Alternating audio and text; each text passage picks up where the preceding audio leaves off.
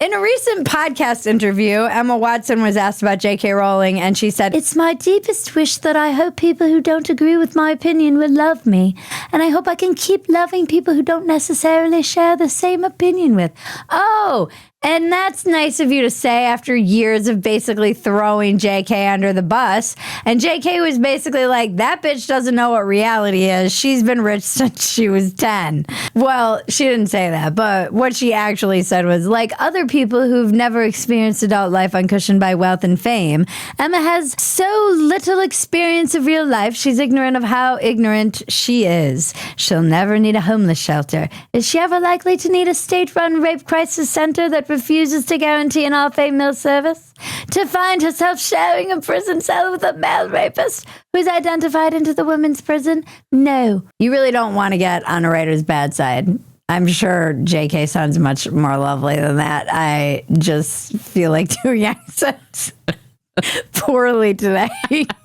She wrote a very long 800-word response to this because it's the first time she's mentioned Emma Watson by name in this many, many years long feud that they've had silently. Well, basically Emma throwing her under the bus and JK being the bigger person and not saying anything. And finally, after this hypocritical statement that Emma made, now that it's fashionable to not believe that men can become women, she had it and said something, and it's beautifully written. You really don't want to get on a writer's bad side.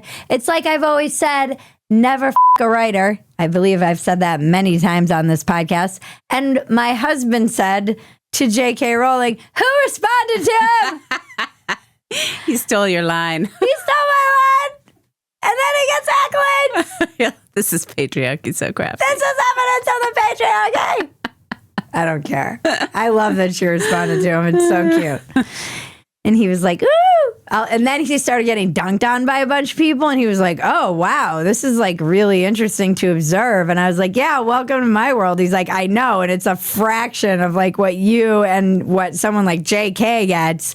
And I can't even imagine how insane this is. And so thank you, JK, for giving my husband some insight into what we have to put up with on that godforsaken site so that we can fight for women! Women! I do like this story because it's more proof that people no longer give a crap about appeasing crazy people.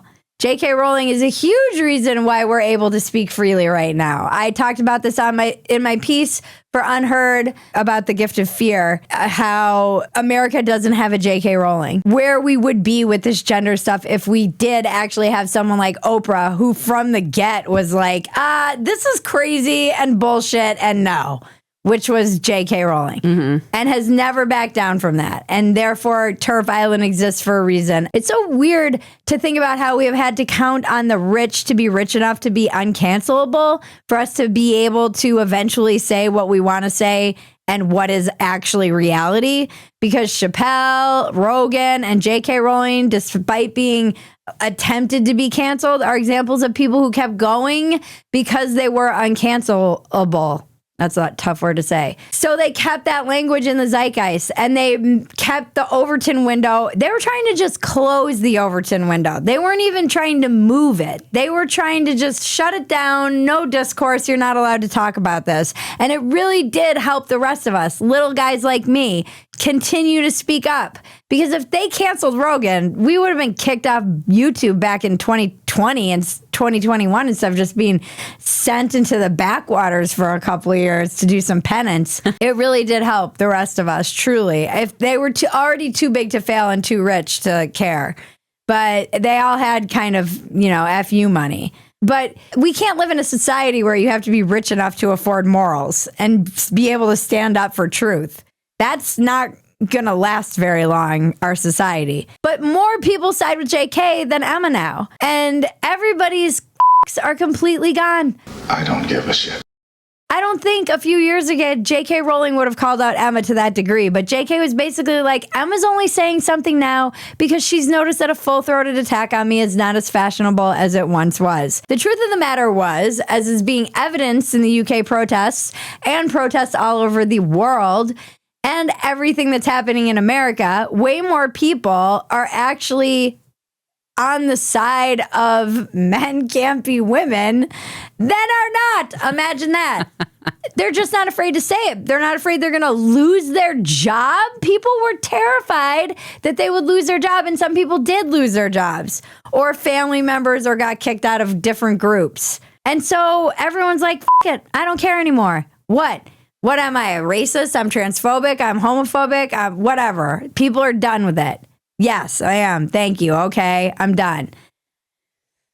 Now, I do think we can forgive people who have come to their senses and are now coming around to the idea that perhaps they were just going along with a trendy ideology that destroyed lives and rendered gays, autists, and women infertile and have all kinds of long-lasting problems. But you don't give a shit about that. You don't care about the women in prison who were raped, and you don't care about the women in rape shelters who felt unsafe by being forced to be around males in them. We will forgive you for your transgression of being just a bottom level basic coward. Truly the most, I can't imagine anything more cowardly than saying men can be women with a straight face. Are you a pacifist? No, sir, I'm not a pacifist, sir. I'm a coward. Getting behind that lie because you were either afraid or you believed it, even more crazy to me, is just baseline. This is like basic biology. You learn this as one of the first fundamental differences in how we organize reality in our world as a young child.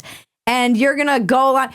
Doctors, I don't blame you, because doctors went along with this, and whole entire institutions, and they changed language like birthing person. So I don't entirely blame you, but come on. We need our people to have a little more backbone than that. And we will forgive you, but we will never forget. We're definitely going to be out drinking one night, and someone's going to allowed to be like, remember that time when you said men could be women and thought they should be allowed in women's prisons and rape shelters? Like, bro, that was wild, man. That was wild. We went from 50 Shades of Gay to 28 gays later, and now we're all trying to purge the virus. We're making some progress, but with every trend, there's always a retracement. So we're making some progress, but it's not gone. It's not gone. But this won't matter anyway, because they'll all be replaced by AI actresses.